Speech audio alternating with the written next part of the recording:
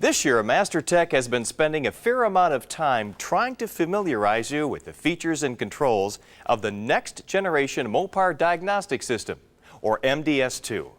By now you know that the MDS2 was designed to help take the guesswork out of diagnosing and repairing vehicles. In fact, it provides access to most of the information you need. The MDS2 is now faster and can handle more information. So if you aren't already aware of its capabilities, it's time you became acquainted with them. In this program, we're going to familiarize you with the steps and procedures that are needed to diagnose electrical problems using the MDS2. After covering some basics, we'll walk you through several sample problems that will help to give you an idea of the various methods available to diagnose electrical concerns. First, we'll look at a Dodge Stratus that has no brake lights. Then we'll diagnose a Grand Cherokee with a power liftgate lock that won't lock, followed by a Ram pickup that has an illuminated check engine light in the instrument cluster. We have a lot to cover, so let's get started.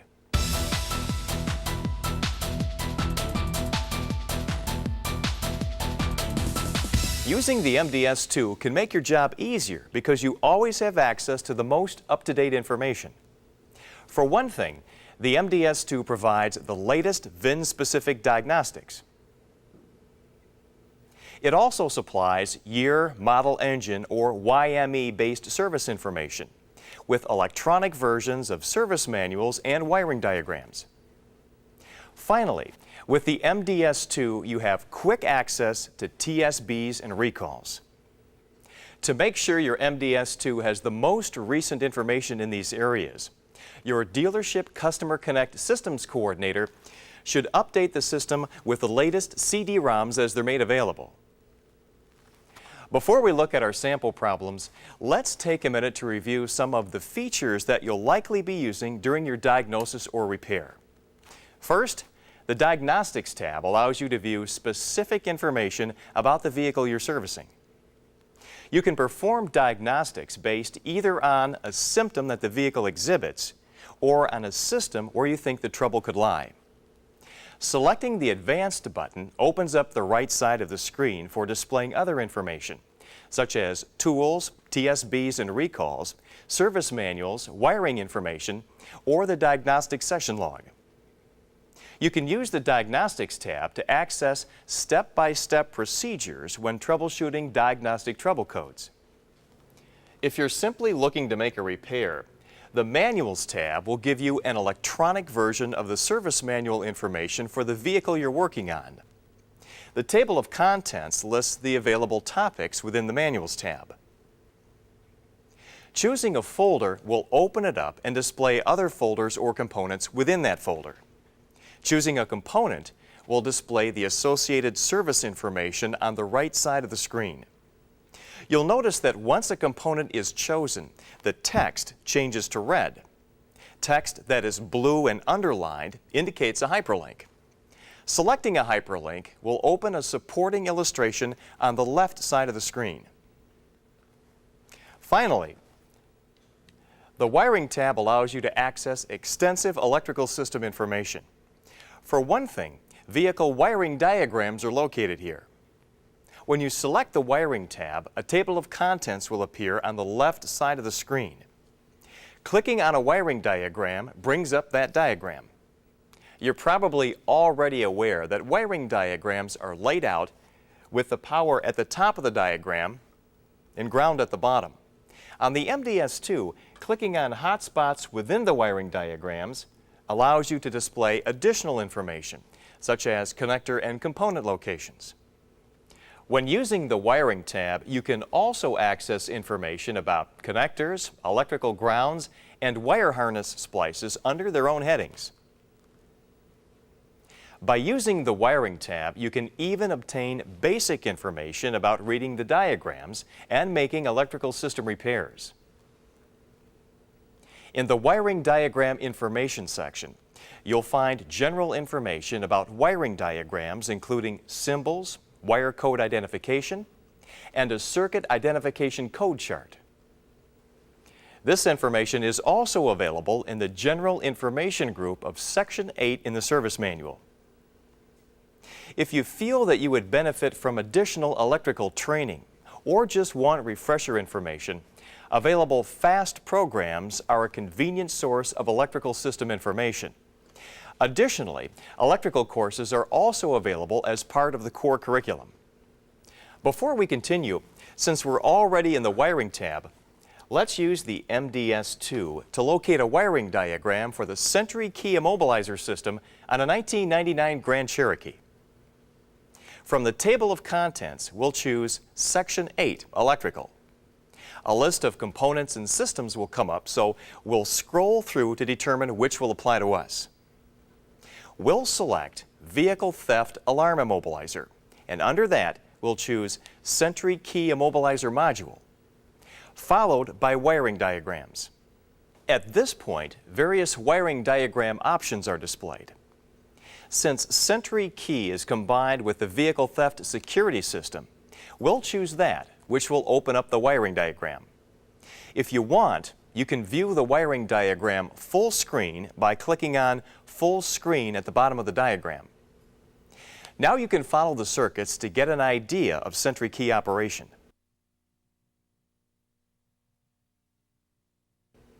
Clicking on the Return tab brings back the original view. You can access additional diagrams within the original diagram by selecting a highlighted section with the arrow selector. For example, choosing the diagnostic junction port allows you to access other diagrams associated with it. So as you can see, the MDS2 can prove to be a very valuable tool when you need to make a diagnosis or repair. It provides you with the most up-to-date vehicle information. With the MDS2, you have easy access to VIN-specific diagnostics and service information. In addition, it provides year, model, engine-based service information, as well as quick access to the latest TSBs and recalls. Finally, by selecting the Wiring tab, it allows you to access wiring diagrams and other information to help with diagnosis. Now let's review the procedures used to check electrical circuits.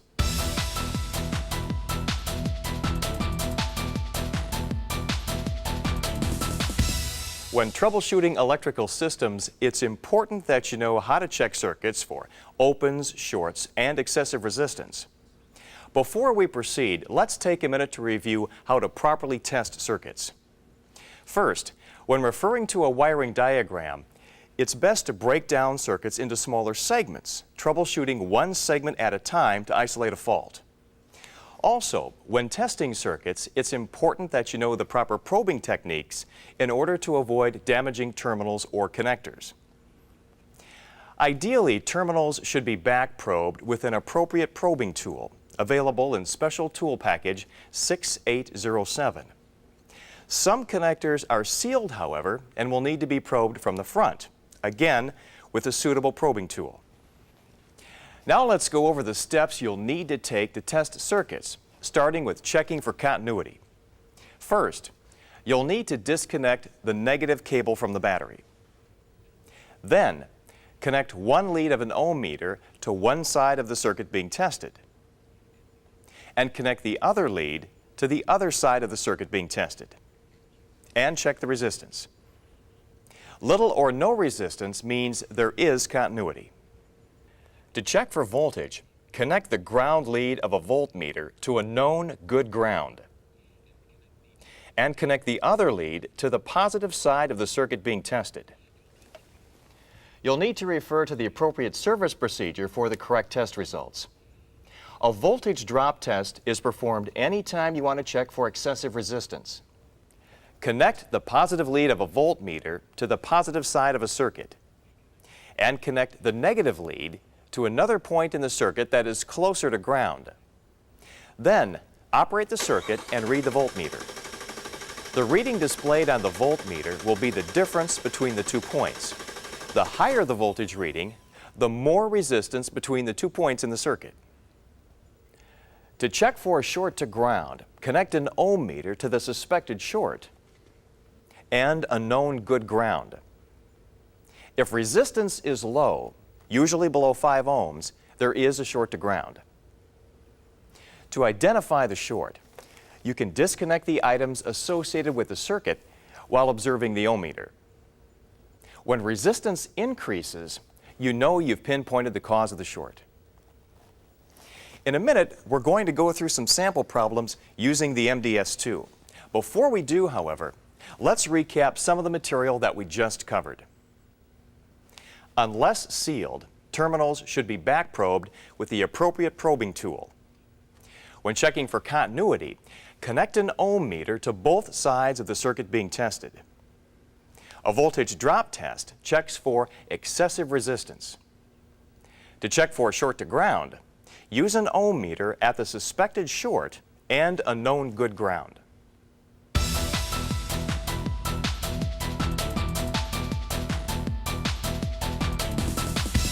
Now, using what we have just learned, we'll show you a few sample problems that we were able to solve with the aid of the MDS2.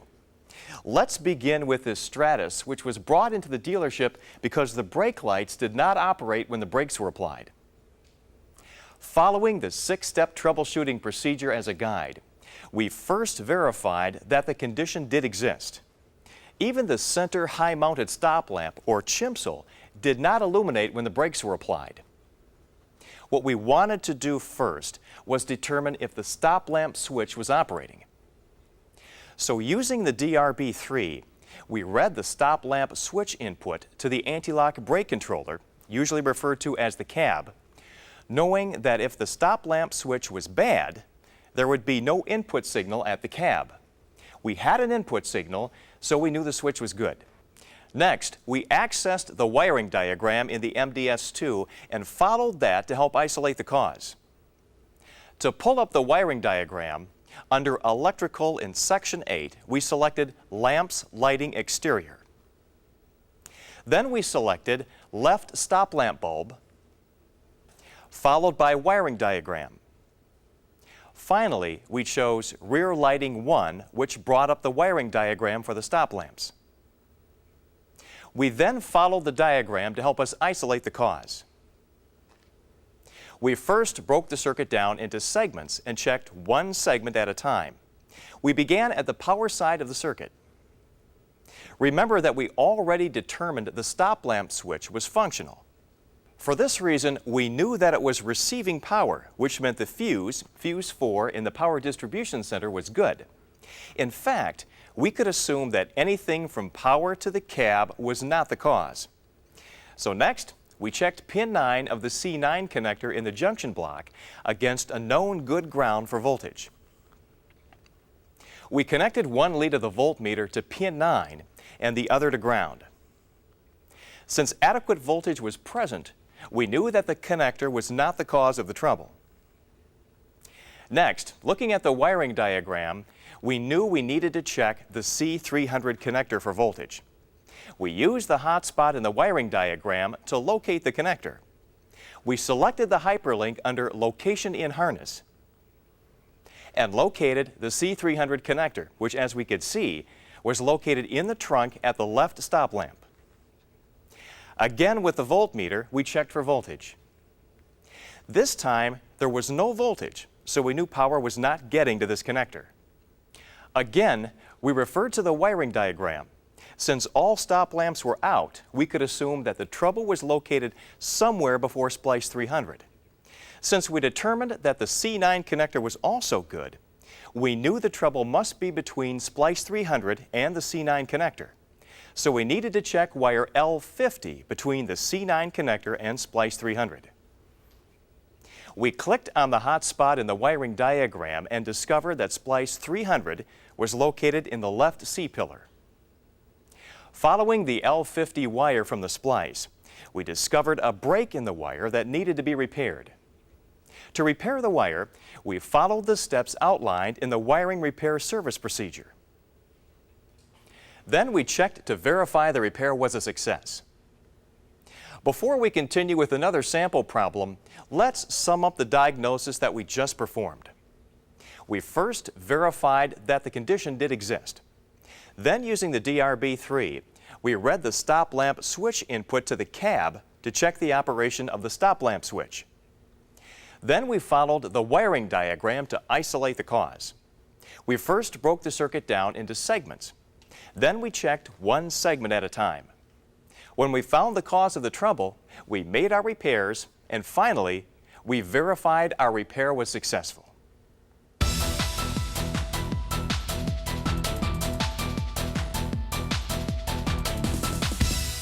Next, we diagnosed this Grand Cherokee that was brought in because the liftgate power door lock wouldn't lock.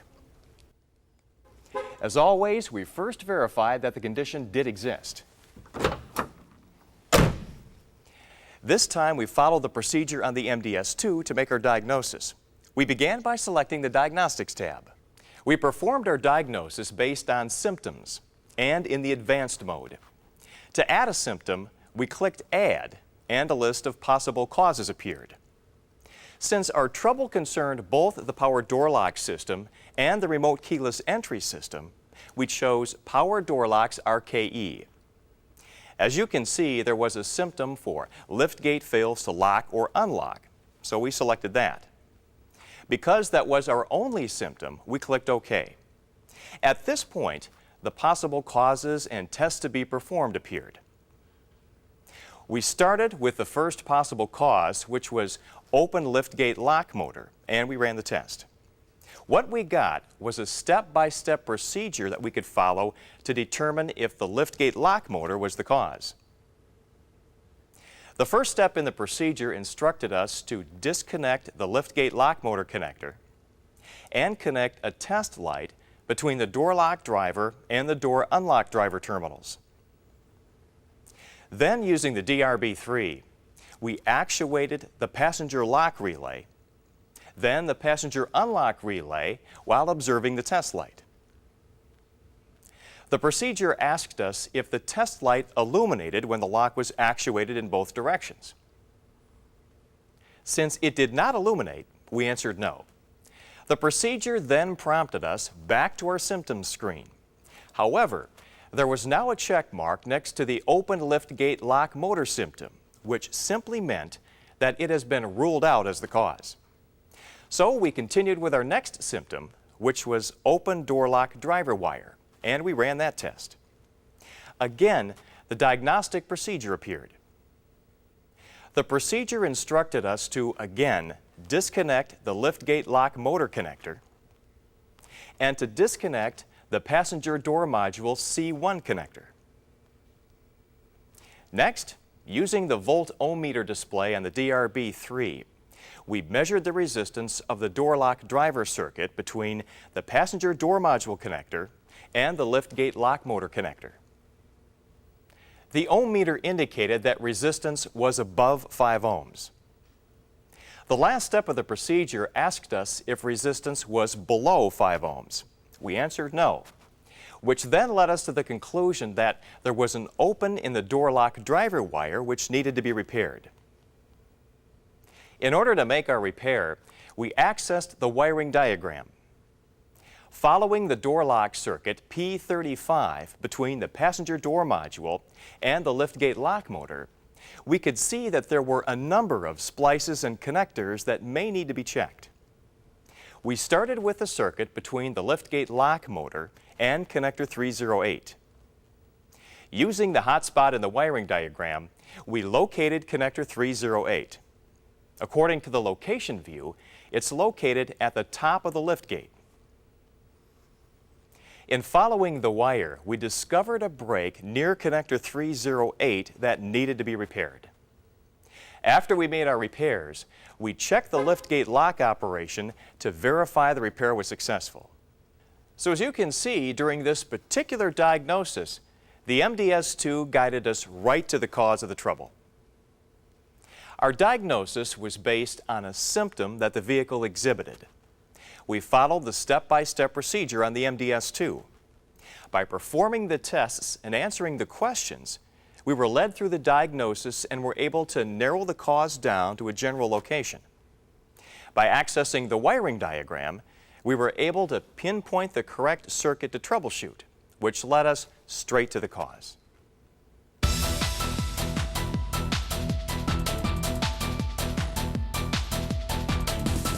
Our last sample problem concerned a Ram pickup with an illuminated check engine light. We verified the condition and then began our diagnosis by using the DRB3 to check for DTCs. The DRB3 indicated that there was trouble with the leak detection pump.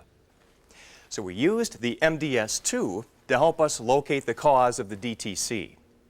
Because we were dealing with a DTC, when we selected the Diagnostics tab, our symptom was already present in the symptom list. Our possible causes were limited to one: leak detection pump switch state toggled. We went ahead and selected this and ran the test. As instructed by the procedure, we started the engine and allowed it to idle. Then we used the DRB3 to navigate to the leak detection pump switch test, and we observed the LDP switch state, which remained the same. At this point, the procedure asked us if the LDP switch state toggled. It didn't, so we answered no. We were then directed to a new list of possible causes. We began with the first possible cause and ran the test. According to the first step of this procedure, the ignition should be off. Next, we needed to disconnect the leak detection pump connector and inspect it. We could see right away that one of the LDP connector wires had worked loose, which was probably the cause of the DTC. Upon closer inspection, it appeared as if the connector itself had been damaged, so we knew it would have to be replaced. We used a new connector, part number 05013979AA, from MOPAR Wiring Harness Connector Repair Kit, part number 05013930AA, to make our repair. With the battery disconnected, we removed the remaining wires from the connector with an appropriate terminal removing tool. With the aid of the connector pinout diagram on the MDS2, we inserted the wires into the new connector, ensuring each wire locked into place. Once the new connector was installed, we continued with the procedure which directed us to measure the voltage. In order to do this, we needed to actuate the ASD relay with the DRB3. Using a voltmeter, we could see that there was voltage present. The procedure asked us if voltage was above 10 volts. It was, so we answered yes. A check mark next to generator source circuits ruled it out as the cause of the trouble. Because we were pretty certain that the broken connector was the source of our trouble, we went ahead and performed the verification test procedure, which included checking the system for DTCs. The DRB3 indicated that there were no longer any DTCs present. Next, we started the engine and looked for the check engine light in the instrument cluster. No light meant that the trouble no longer existed. In other words, the repair was a success. As you can see, the MDS2 can be a very useful tool. Because it allows you to access VIN-specific information, there's no wasted time sifting through procedures that may not apply to the vehicle you're working on. The information that you do access can make your guided diagnosis a lot easier. Well, that concludes our look at electrical troubleshooting using the MDS2. We hope this information proves to be helpful the next time you're required to make an electrical diagnosis. Now stay tuned for some additional information about the various operational modes used on 2000 Neon.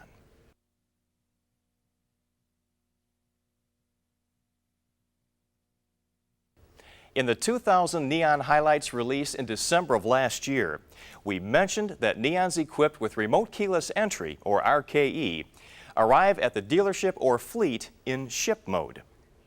When in ship mode, all RKE and Vehicle Theft Security System, or VTSS module functions are inoperative, which helps to prevent ignition off-draw battery drain. On May 18, 1999, however, in order to make switching modes easier, the factory began shipping out Neons in a mode which provides some functions. Dealer lot mode. In other words, Neons in your inventory can be in either one of two operational modes. A third operational mode, customer usage mode, is the one that customers use. New vehicle prep personnel will need to know how to determine what operational mode the vehicle is in and how to switch modes. Also, it's a good idea to inform salespeople about the various operational modes in the event they come across a Neon that is not in customer usage mode, but is in ship mode or dealer lot mode. Regardless of what operational mode a Neon is in, you should know that there are benefits to each. The vehicle should be in customer usage mode for delivery or demonstration purposes. When in customer usage mode, the battery maintains an acceptable state of charge for the vehicle whenever it'll be stored for a short period of time. Dealer lot mode is ideal whenever the vehicle will be stored on the lot for some time. It provides added security while still reducing ignition off-draw battery drain. In fact, the battery maintains a state of charge that is twice as long as vehicles stored in customer usage mode. Ship mode prevents battery drain during shipping. When Neon is in ship mode, the battery maintains a state of charge that is tripled over vehicles stored in customer usage mode. Before we go over how to switch modes, let's take a minute to explain what the different operational modes are so that you'll know how to distinguish between them.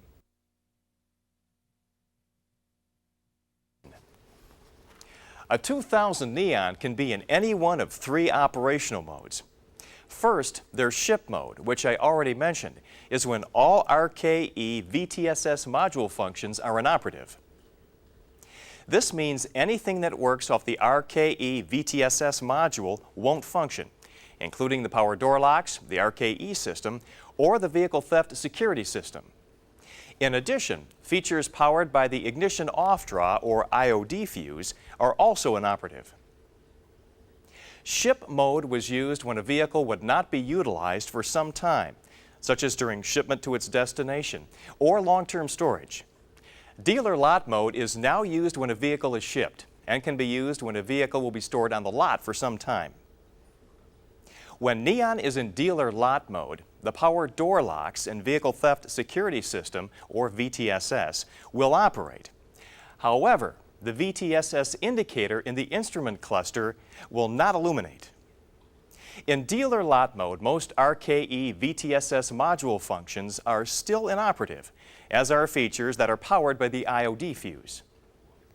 Because RKE is inoperative, the RKE transmitter will not arm or disarm the vehicle theft security system. To arm the system, simply lock the doors with the power door locks. But remember, the VTSS indicator will not illuminate. To disarm the system, all you have to do is unlock the door with a key. Although the power door locks will operate when in dealer lot mode, the key and ignition door lock inhibit feature, which we'll discuss a little later, is inoperative. Customer usage mode is the mode of operation that the vehicle must be in upon delivery to the customer. Vehicles that will be used for demonstration purposes in the dealership should be in customer usage mode as well. When in customer usage mode, all RKE VTSS features, including power door locks, RKE, and VTSS, operate as defined in the owner's manual. With three different operational modes available, you may be wondering how you can go about identifying what mode a Neon is in. The easiest way to do this is by using the DRB3. You'll need to navigate to the Select Miscellaneous Function menu. To do this, from the main menu, select DRB3 Standalone. Then select 1998 to 2000 Diagnostics. In the Select System menu, choose Theft Alarm. This will take you to the Anti-Theft Systems menu. Here, choose VTSS. Select Module Display from the Select Function menu. At this point, whatever operational mode the vehicle is in will be displayed.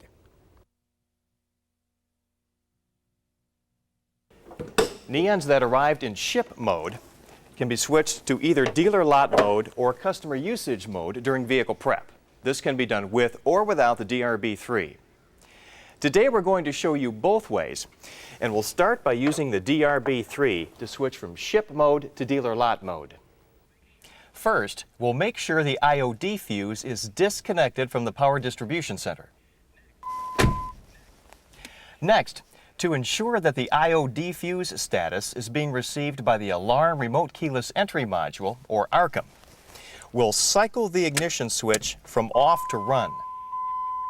If we were to skip this step, we could get various error messages while attempting to switch modes. Now, from the Select Function menu that we navigated to earlier on the DRB3, we'll select Miscellaneous. Then, Dealer Lot Mode. Selecting Yes will switch the vehicle over to that mode. If you don't have a DRB3 readily available, there is another procedure that you can use to switch the vehicle to Dealer Lot Mode.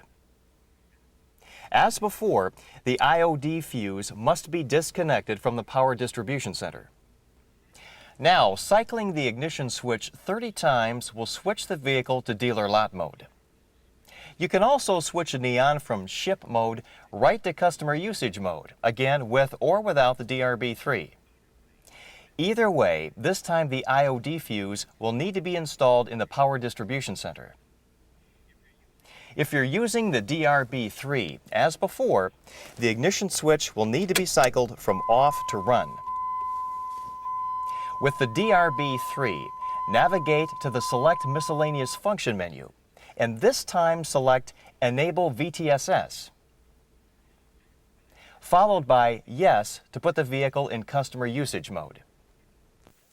If you're switching to Customer Usage Mode without using the DRB3, after you have installed the IOD fuse, cycle the ignition switch 30 times.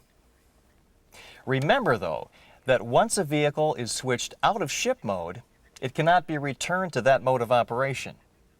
However, vehicles that are in Customer Usage Mode can be switched back to Dealer Lot Mode. We'll go over that procedure in just a minute. Vehicles currently in Dealer Lot Mode will need to be switched to Customer Usage Mode prior to delivery. For this, the DRB3 is not required. With the IOD fuse installed in the power distribution center, simply cycling the ignition switch from off to run will switch the vehicle to Customer Usage Mode. If a Neon is already in Customer Usage Mode and will be stored on a lot for a while, you may want to switch it back to Dealer Lot Mode.